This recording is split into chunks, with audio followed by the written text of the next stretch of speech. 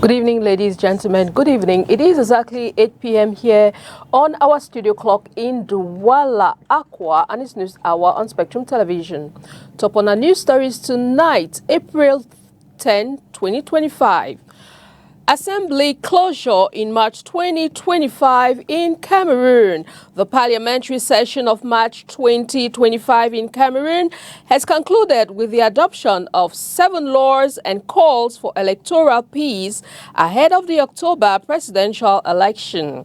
Key highlights of the closure: 7 bills passed, including 1 biosecurity to strengthen health and environmental regulations, call for peace.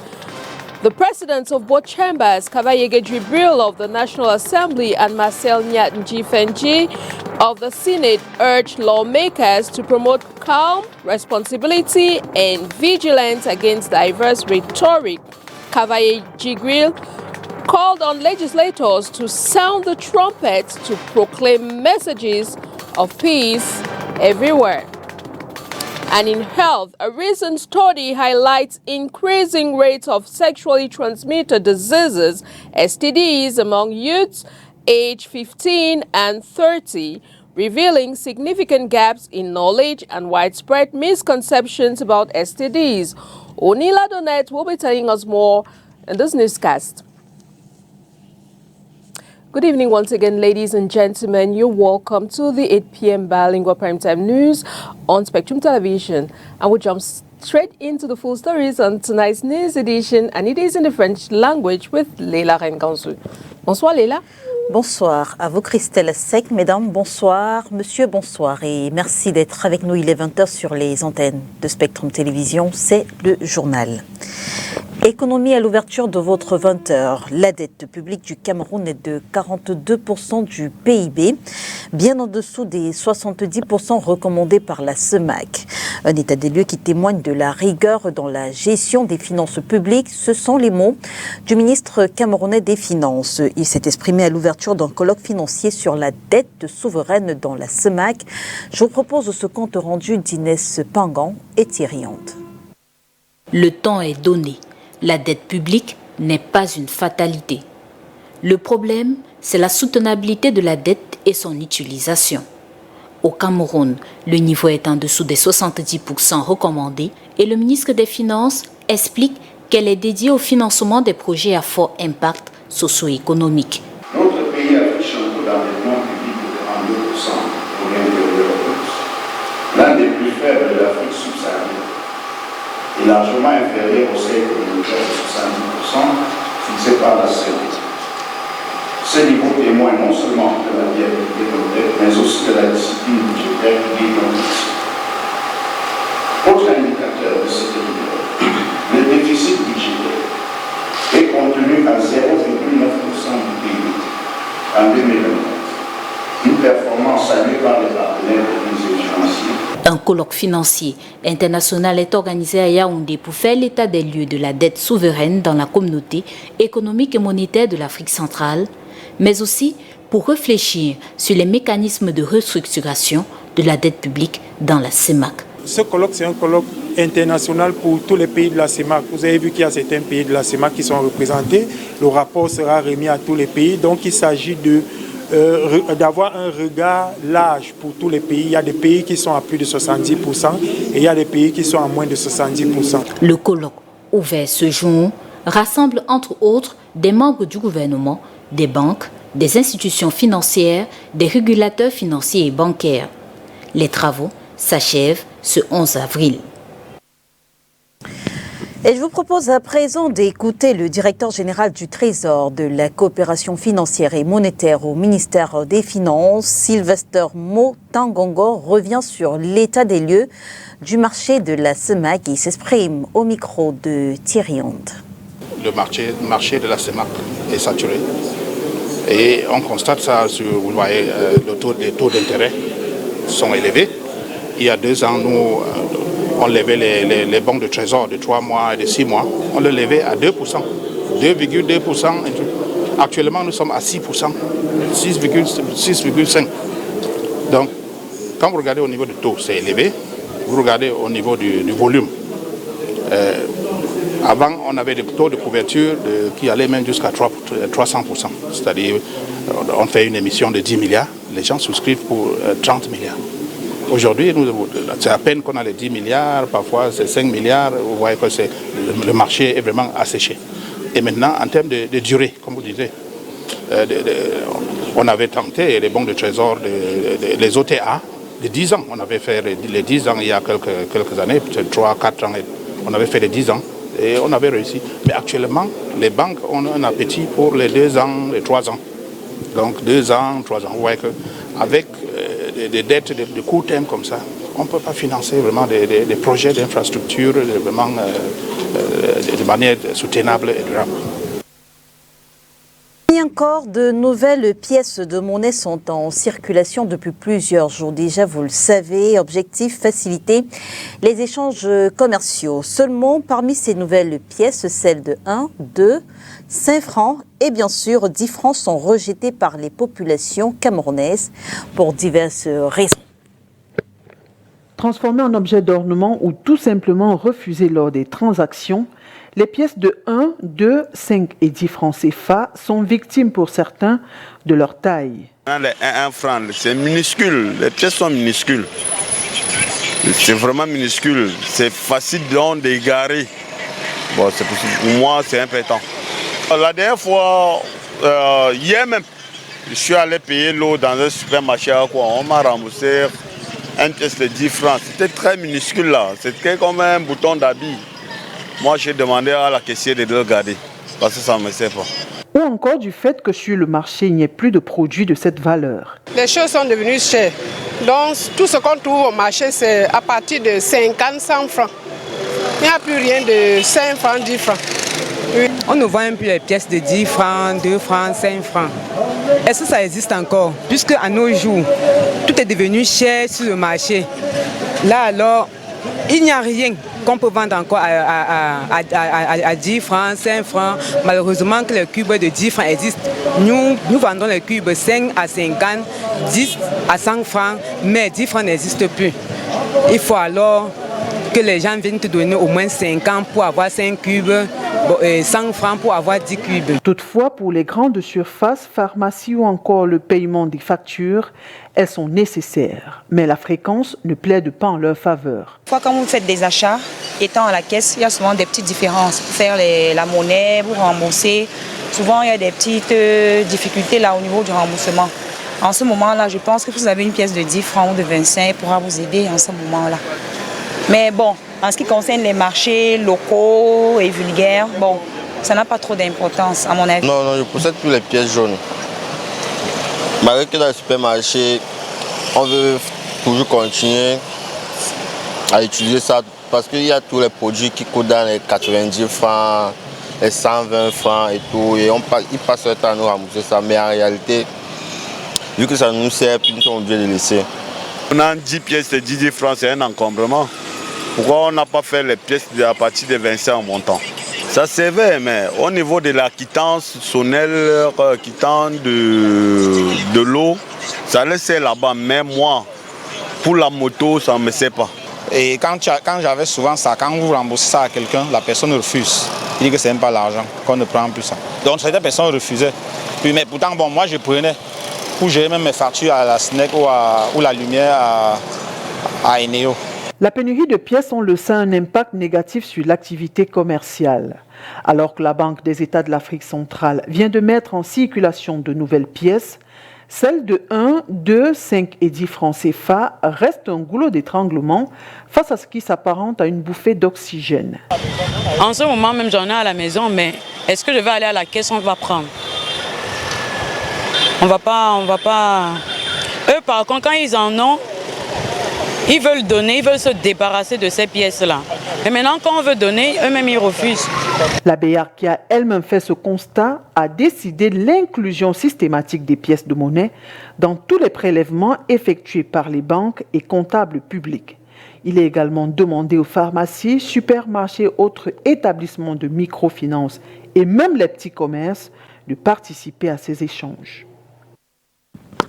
Politique à présent, l'Union démocratique du Cameroun, UDC en abrégé, dénonce la publication des sondages fabriqués sur les réseaux sociaux. Selon un communiqué du secrétaire national en charge de la communication de ce parti, ces sondages sont de grotesques manœuvres préélectorales visant soit à distraire la vigilance de l'opinion, soit à la préparer à gober d'éventuelles manipulations et détournements propices à la déstabilisation.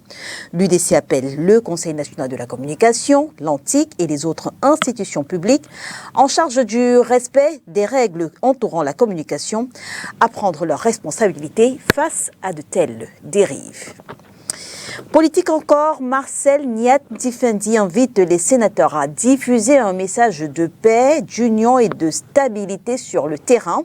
C'est ce qu'il faut retenir de son discours de clôture de la session de mars. Un appel lancé dans un contexte, vous le savez, de préparation de l'élection présidentielle d'octobre prochain. Olivier Bouziqueux. Session de travail intense à la Chambre haute durant les 30 derniers jours. À la clé, 7 projets de loi ont été examinés par les parlementaires, puis adoptés au cours des discussions générales, dont la loi régissant la biosécurité au Cameroun. Bien avant, les sénateurs ont procédé à la désignation par voie électorale des responsables des bureaux de la Chambre et des différentes commissions parlementaires. Processus électoral qui a porté à la tête de la Chambre pour un nouveau mandat le sénateur Marcel Niat Difendi, présent à cette plénière de clôture. À travers la voix du premier vice-président, Marcel Niat Difendi s'est montré optimiste pour l'année législative et pour le Cameroun. Face toutefois aux menaces qui pèsent de plus en plus sur le multilatéralisme et la globalisation, son pendant économique et commercial, le Sénat interpelle le gouvernement afin que la dégradation du climat international n'entraîne point la marginalisation de notre pays, ni affecte durablement les conditions de vie des Camerounais. Dans son message de clôture, le président de la Chambre a également invité les élus de la nation à distiller des messages de paix, d'union et de stabilité au peuple, surtout en cette année électorale. En effet, le contexte politique particulier que nous vivons actuellement appelle à l'union de tous ceux qui rejettent le chaos et au-delà de nos sensibilités et de nos différences, notre obligation commune est de garantir la stabilité de nos institutions, car cette stabilité institutionnelle est le fondement sur lequel repose la confiance, la force et les moyens nécessaires pour construire et développer notre pays. Rendez-vous au mois de juin prochain pour la deuxième session parlementaire de l'année législative 2025.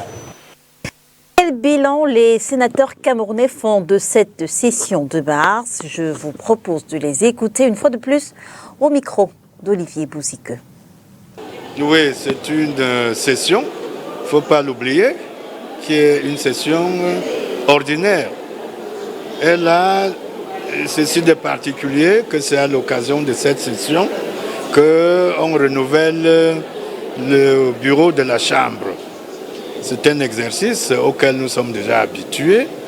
Nous l'avons fait sereinement et c'est par la suite que nous avons eu à examiner les 7 projets de loi venus du gouvernement.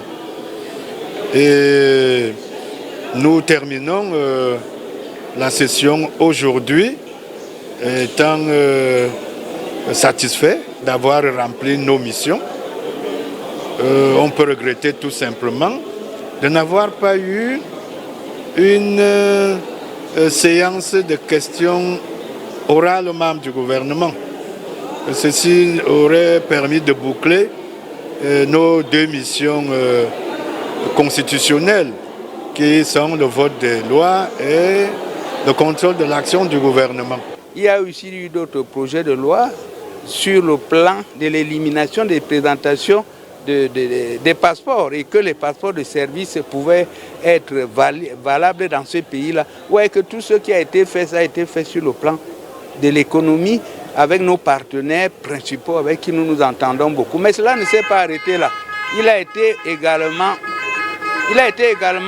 pendant cette période beaucoup de choses, surtout lors de la clôture où on a demandé aux sénateurs d'être des soldats. Nous allons sur le terrain pour contribuer à la paix sociale, pour interpeller nos populations à mieux se tenir, à mieux préparer les élections qui arrivent.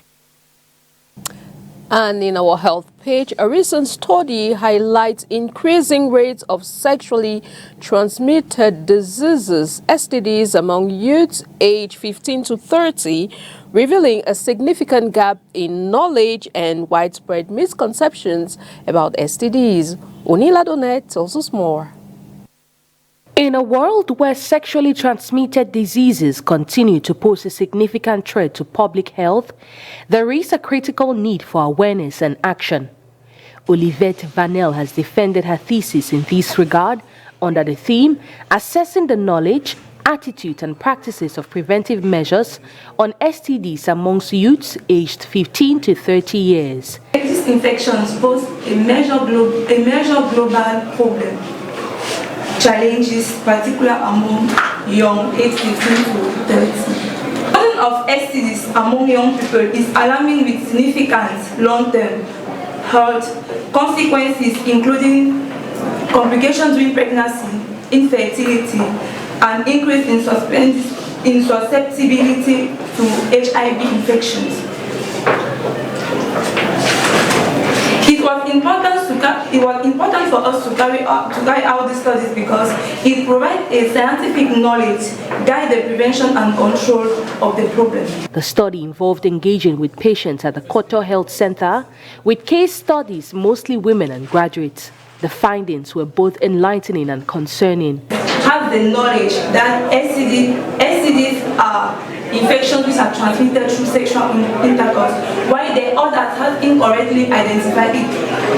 The other 10% has not correctly identified it by saying that it is inheritance through parents. Armed with these insights, these third-year students of nursing make some recommendations that will advance the safe sex education to all. Based sexual health education programs to provide youth with more comprehensive information about STDs, prevention methods, and the importance of regular screenings. Again, implement targeted interventions to reduce the stigma associated with STDs, testing and counseling, creating a more supportive environment that encourages youth to seek testing without fear of judgment. The defense was met with acclaim from her supervisors. And still in Douala, Cameroon's crumbling roads, particularly the treacherous Bonaberi Carrefour Music Corridor to the southwest and west regions, undermine economic ambitions as they inflict daily suffering on commuters and heighten lethal accident risk. Details in the following report.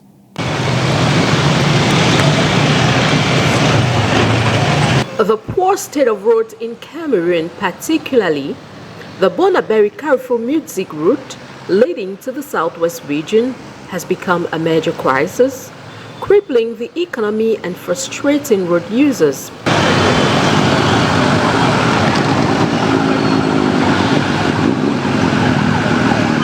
This critical stretch is riddled with potholes and crumbling surfaces, causing severe damage to vehicles, skyrocketing repair costs, and increasing transport fares. Businesses relying on the route face delays in moving goods, disrupting supply chains and inflating consumer prices. Déjà, quand tu es déjà en route, Bonaberi dans la nuit, c'est la magie. Tu quittes peut-être de Leave the agency at 8 a.m. From Bonaberi, just brace yourself up to get to Susa at 10 or 12 p.m. The traffic gets intense at the famous Carrefour Music in Bonaberi. The motorway is reduced, vehicles and other road users struggle to get their way through on this narrow stretch of the road. Plus, the absence of gutters makes it even worse. The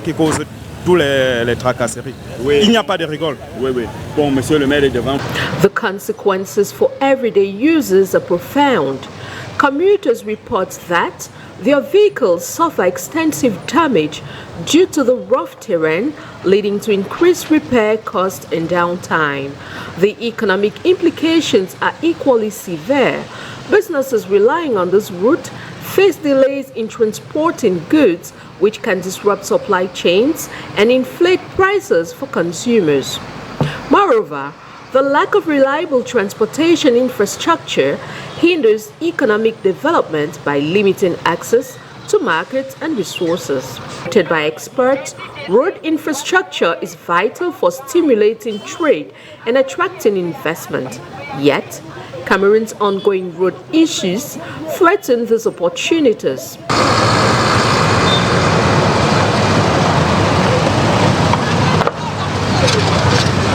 Nonetheless, despite government's efforts to address these issues, such as allocating 42.1 billion CFA francs for road maintenance in 2025, the execution of projects often falls short due to delays and mismanagement. Minister Emmanuel Nganu Jumesi has acknowledged these shortcomings, emphasizing that the current state of roads is incompatible with Cameroon's aspirations for economic growth and stability. However, without urgent and effective action from the government, the poor state of roads like Bonaberi, Carrefour, Muzik will continue to impede economic progress and frustrate road users across Cameroon. The need for rigorous planning and accountability infrastructure projects is more critical than ever if the nation hopes to achieve its development goals.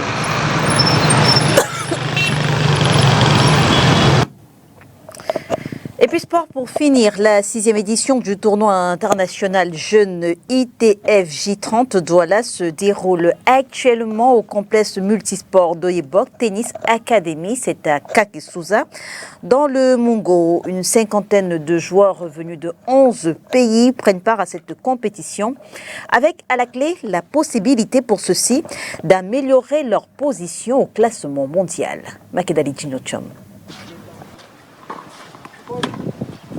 Une cinquantaine de jeunes pratiquants de tennis venus de 11 pays d'Afrique, d'Europe, d'Amérique, de l'Inde et de la Corée du Sud participent actuellement au tournoi international de tennis ITF J30 Douala. La compétition se dispute sur les cours du complexe multisport d'Oyebok Tennis Academy à Kakesouza, dans le département du Mungo. Chez les garçons comme chez les filles, 36 joueurs s'affrontent en simple et 16 en double. Cette année, plusieurs jeunes joueurs camerounais participent pour la première fois à ce tournoi. Je m'appelle Jova Kratos et je joue à ITF pour ma première fois. Bon, je vais me concentrer pour jouer le match et je vais faire de mon mieux pour la battre.